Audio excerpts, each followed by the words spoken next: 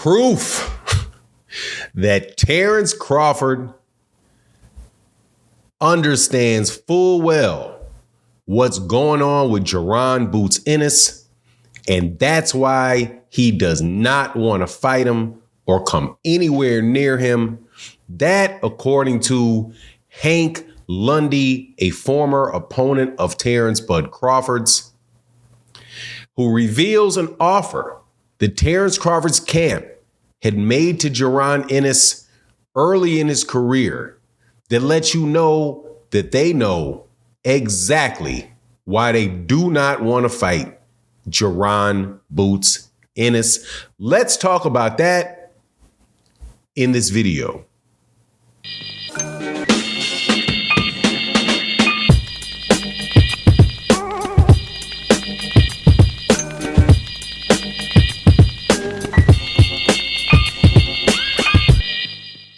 All right, welcome back to the channel. It's your boy Fanon, and in this video, we're going to be in the 147-pound division, where we are going to try to dispel a bunch of mythology out there about Jaron Boots Ennis and Terence Bud Crawford, which is most likely the best fight or one of the best fights that can be made in boxing, and one where the outcome is far from predetermined, because you have one of the best prospects or contenders, if not the best contender in all of boxing, that is trying to secure a fight with what may be the best fighter overall in all of boxing.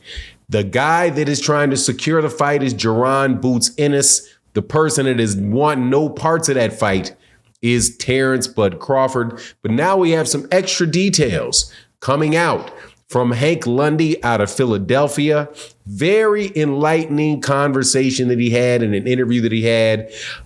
But before I get into the details, let me welcome you back to the channel. If you are new to the channel, please accept my invitation to hit subscribe. Hit the bell icon so you can be notified of when we release more videos. So channel needs you to watch the videos, man. People say all you do is watch the Terence, all you do is talk Terence Crawford or Gervonta Davis. But when we make the other videos, you people that are already in the comment section complaining about the fact that I'm gonna say what I'm about to say, don't watch the videos. So hit the subscribe button, hit the bell icon so you can watch all the topics that we discuss. And if you are a longtime subscriber and supporter of the channel, thank you so much for your continued support in the super thanks of videos like this, by hitting the like button, by joining the channel and getting a channel membership. These are great ways to help continue to support this channel and what we're trying to do, which is give you the truth as I see it. And we're going to go right now back and get on the details of this subject. So first things first, Terence Crawford don't want no parts of Jaron Ennis. He don't want any parts of him. And it's very evident from the way that he speaks, the way that he behaves, the fact that we know what Jaron Ennis is in the ring. Not saying that Terence Crawford is a coward, not saying that. Do not believe that he is. I'm affirmatively not saying that. I don't believe that he is. However, he's somebody that knows full well what Jaron Ennis is, and he isn't thinking about Jaron Ennis, nor is his camp thinking of Jaron Ennis the way that you all, some people that come by this comment section, think about him and say, what has he done? Who knows? Nobody knows him. Well, you know, who has he fought? All of that. Well, Hank Lundy, who is a professional fighter out of Philadelphia, who fought Terence Crawford back in February of 2016, revealed a story about Terence Crawford and Jaron Boots Ennis that took place in February of 2016. It is now November of 2023. Now, interestingly enough, he said, Hank Lundy, that Terence Crawford wanted Jaron Ennis to walk him out in the fight against Hank Lundy. Wanted him to walk him out.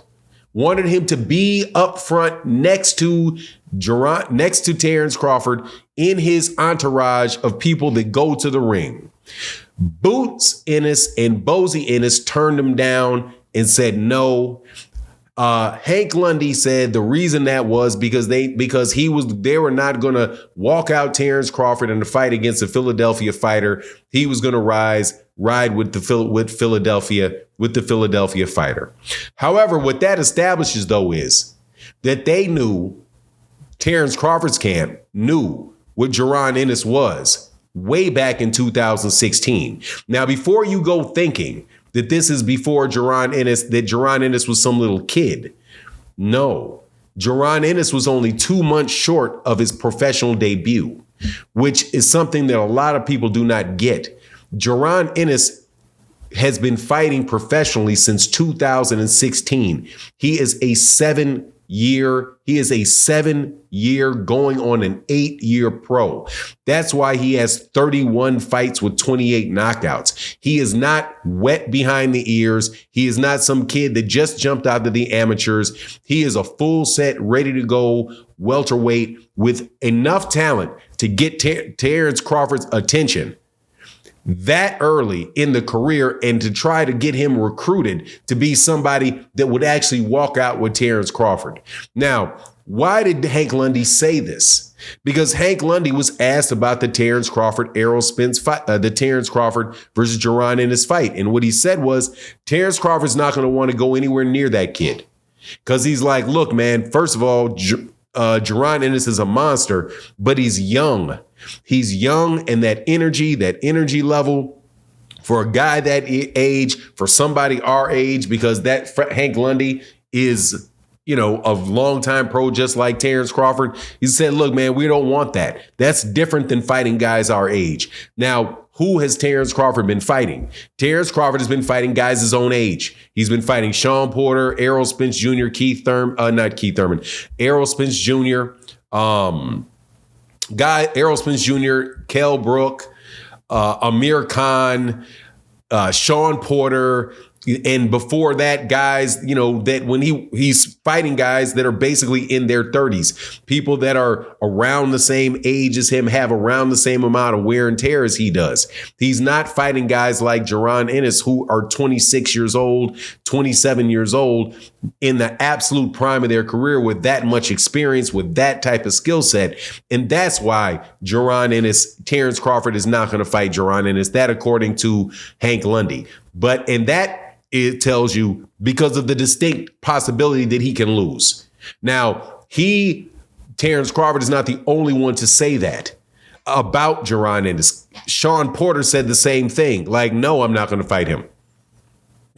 No, I'm not going to fight him. I'm going to let that to them young guys, them young dogs to go fight that dude. But here's the problem with that. In order to support that argument and be able to be okay with that, you have to be thinking like you're in the camp of a particular fighter. If you are claiming that you're the best fighter in the world, it doesn't matter if you're 35, 36 years old and the second best guy is 26, 27 years old, you're supposed to fight him because you're the undisputed champion and you're the guy that says you're the best in boxing. It shouldn't be victory laps in boxing unless you're going to, of course, drop the belt and go on a little mini exhibition tour. If you're going to do that, cool. But as long as you're calling yourself or in the position to be the best fighter in a division, you need to fight the best fighter in the division. People say we want to see the best fight the best, but they don't really want to see the best fight the best. They want to see the best fight the best person that they want to see him fight. And that's about it. But anyway, just thought I'd give you that. Jaron Ennis is fully well known and has been known for a long time by Terence Crawford. And Terence Crawford has been watching him, or at least been aware of him, and his camp has been aware of him from at least 2 months before that man turned pro, and knew enough of him to be like, man, that's a real standout kid. That's a standout fighter. Will he walk me out? Man, I ain't trying to hear it. That dude don't want to get in there with Jaron Ennis because of the very high likelihood that Terence Crawford can be in major trouble versus that young man. But that's my take on the matter. You let me know what you think in the comment section. And with that, I'm out. Peace.